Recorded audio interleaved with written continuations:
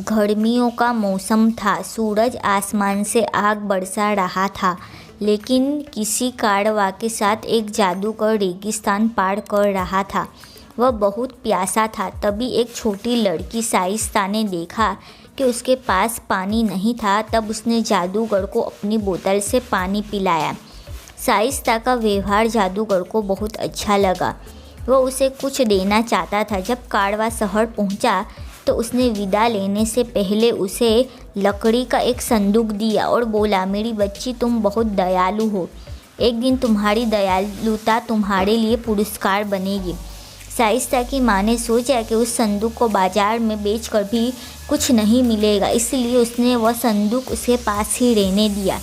शाइस्ता उस संदूक में अपना सारा सामान, गोल पत्थर, बालों में लगाने की क्लिप, रंगीन मोती और हाथ में पहनने वाले कड़े आदि रखने लगी। शाइस्ता बहुत नेक और दयालु लड़की थी। वह बच्चों के साथ अपनी हर चीज़ बांटती थी। बच्चे भी उसे छोटे मोटे उपहार दिया करते थे। कुछ समय बाद एक अजीब सी घटना होने लगी।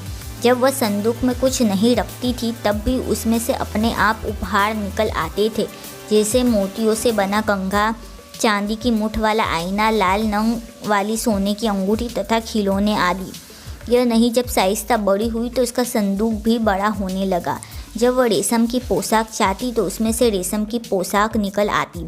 एक बार तो उसे बूढ़ी महिला की कटी उंगली पर लगाने के लिए पट्टी भी संदूक में मिल गई थी। शाइस्ता ने कभी लालच नहीं किया। वह उसमें से सिर्फ ज़रूरत की चीज़ें ही निकाला करती थी। एक दिन शाइस्ता ने सड़क पर एक बीमार भिखारी को देखा। वह उसे कुछ देने के लिए वहीं रुक गई।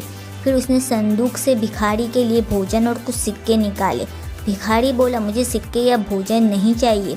क्या तुम मुझे ये संदूक दे सकती हो? मैं इसमें अपना पैसा रख कर निश्चित हो सकता हूँ। भिखारी ने सोचा था कि शाइस्ता उसे अपना संदूक कभी नहीं देगी। उसी संदूक से तो उसे अपने लिए ज़रूरत की सारी चीज़ें मिलती थी। लेकिन भिखारी का ऐसा सोचना गलत था। शाइस्ता ने तुरंत अपना संदूक उस भिखारी को दे दिया। उसी समय जोर से बिजली चमकी और उसके सामने धुआं सा उठने लगा।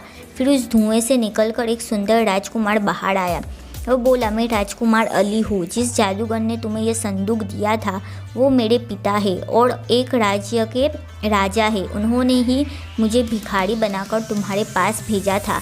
वे चाहते थे कि मैं तुम्हें देखूं और तुम्हारी दयालुता का परीक्षण करूं।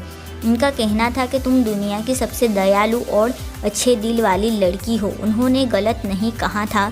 तुम वाकई बहुत अच्छी हो। क्या तुम मुझसे शादी करोगी? राजकुमार अली की बात सुनकर शाइस्ता उसे अपनी माँ के पास ले गई और उनसे सारी बात बताई। उन्होंने खुशी खुशी इस विवाह के लिए हामी भर दी। राजकुमार अली और शाइस्ता का विवाह बड़ी धूमधाम से हो गया। राजकुमार अली शाइस्ता को अपने राज्य में ले गया। वहाँ के लोग शाइस्ता को दयालु राजकुमारी के नाम से जानने लगे।